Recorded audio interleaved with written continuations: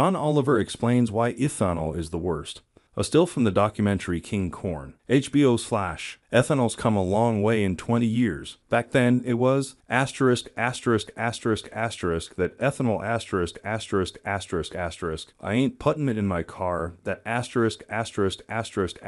eats the seals. With the passage of time and a generation of drivers who grew up only knowing ethanol in the nation's fuel system, the old among us have given up complaining, mostly, while the quarter-milers and supercar buyers have embraced ethanol as a way to big horsepower. John Oliver wants you to know that ethanol still sucks. In fact, Oliver wants to re-emphasize that ethanol sucked from the beginning, and now it sucks more than ever and in more ways than ever. One of his monologues on This Week Tonight examined how much goes into the nation's corn crop and what the nation's getting out of it. Corn is America's largest agricultural commodity crop, and it's not even close. Oliver didn't put a number to it, but the U.S. Department of Agriculture does. In 2023, farmers grew a record 15.3 billion bushels of corn on 86.5 million acres of land, compared to just 4.16 billion bushels of the second biggest crop, soybeans, on 82.4 million acres. In fact, add up the yields for soybeans, grain, rice, and cotton, and they don't come close to half of last year's corn crop. Why so much corn? First, the government subsidies make corn ridiculous to ignore. Oliver didn't break down the subsidy amounts, but USA Facts does. In 2016, corn farmers received $2.2 billion